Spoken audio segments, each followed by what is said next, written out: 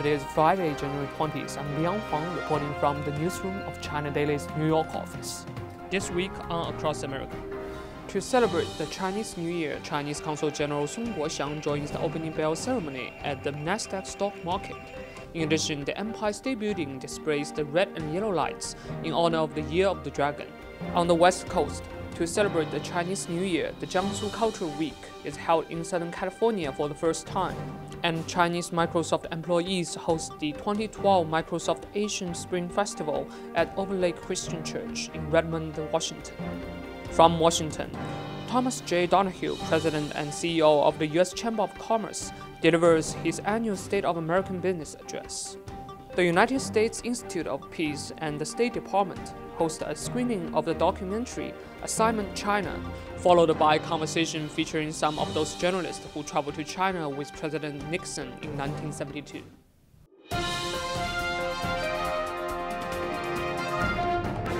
Right now, I'm standing in front of the NASDAQ stock market, where Chinese Consul General of New York Sun Guoxiang and world-famous pianist Lang Lang kicked off the Chinese New Year, the Year of Dragon today. In order to celebrate Chinese New Year, the Year of the Dragon, Chinese Consul General of New York Sun Guoxiang and pianist Lang Lang rang the opening bell at the NASDAQ market site on January 20th. Over the past decade, there have been more than 150 Chinese companies listed on the NASDAQ. Consul General Sun Guoxiang extended his best wishes through NASDAQ to everyone for celebrating the Chinese New Year. I would like to extend festival greetings and the best wishes to you and through you to the Chinese community and our American friends. I would also like to thank NASDAQ for giving us this special opportunity to celebrate the Lunar Chinese New Year and share with you our joy and happiness. In Chinese culture, the Year of the Dragon stands for power, auspiciousness, and happiness. In an interview with China Daily, pianist Lang Lang sent his best wishes. I'm very happy and honored to be here and with all my friends from China Daily. We wish you a great year of the dragon. Wow, big year. And hopefully you will have a beautiful and inspirational year of dragon. Thank you very much. After the bell ceremony at NASDAQ, Consul General Sun joined the lighting ceremony at the Empire State Building. In order to celebrate the Chinese Lunar New Year, Chinese Consul General in New York Sun Guoxiang attended the lighting ceremony on January 20th. A special exhibition featuring traditional Chinese art was also displayed inside the building, where visitors can have a brief taste of the traditional Chinese holiday. This year is the Year of the Dragon because my husband is born on the Dragon year, so we're really looking forward to the festivities that you guys have and also the celebration in Chinatown. We went to the Empire State Building today and there's an exhibit there, they're playing traditional Chinese instruments, and there's an exhibit there of Chinese dolls, is it? Okay, so very exciting. Soaring 1,454 feet above Midtown Manhattan, the Empire State Building has been celebrating the Chinese Lunar New Year since 2001. This year, the building's iconic tower will be lit red and gold on both January 20th and the 23rd. Sun Peng, Liang Huang, and Yuhan Liu, China Daily, reporting from New York.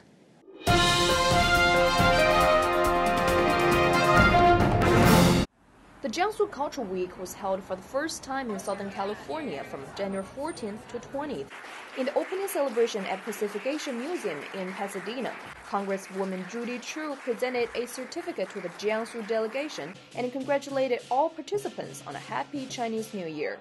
有扬州的木偶剧团和苏州的一些民间工艺大家大师来进行非物质文化遗产的一些展示，大概是这样。这个叫欢乐春节中国江苏文化周。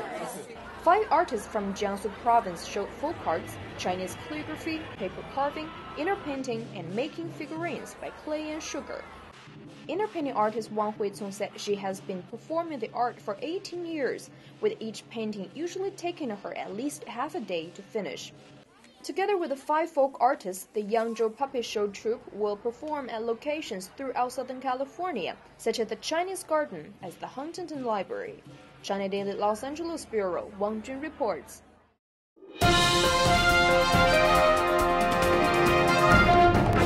40 years ago, nearly 100 American correspondents landed in China to begin an unforgettable journey to cover the historic visit of U.S. President Richard Nixon. On January 17th, the United States Institute of Peace and the State Department hosted a screening of the documentary Assignment China, followed by a conversation featuring some of those who traveled to China with Nixon. To tell the behind-the-scenes story of the media coverage of the trip, the U.S.-China Institute at the University of Southern California produced a film which uses previously unreleased footage and interviews with the reporters and officials who accompanied Nixon. The outlines of the diplomacy of Richard Nixon's trip to China in 1972 are well known, but one of the most important consequences of the Nixon trip came from the media coverage. For the American media, it was the first opportunity to see China since the Revolution of 1949. China Daily Washington Bureau, Tai Yingzi reports. And we are still down 6 million jobs. Thomas J. Donohue, President and CEO of the U.S. Chamber of Commerce, delivered his annual State of American Business address on January 12th. Donohue stressed the improvement of the U.S. economy is too weak to put the nation back to work, and the organization expects economic growth of 3% by the end of the year. But in the current fierce presidential election campaign, criticism of China about its currency and military growth has raised concerns and opposition from Beijing. Last week, the new Pentagon Strategic Review named China along with Iran as potential threats to U.S. security.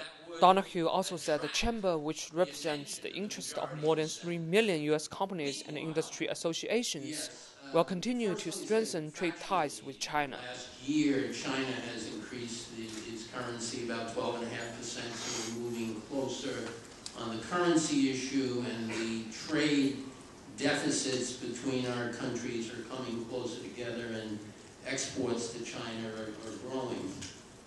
Having said that, it appears that whether it's Republicans or Democrats, whether it's the House, the Senate, or perhaps even the presidential race, clearly the ones we've heard to date, everybody seems to have something to say to China. It's like checking the box. I said something bad about China, we're going to be tough and all that. But the bottom line is 1.3 billion people, a massive growth in middle class citizens there, and a tremendous opportunity for American manufacturers and service companies and producers in the future. So we have to work hard on that. It's also not... China Daily Washington Bureau, Tai Yingzi reports.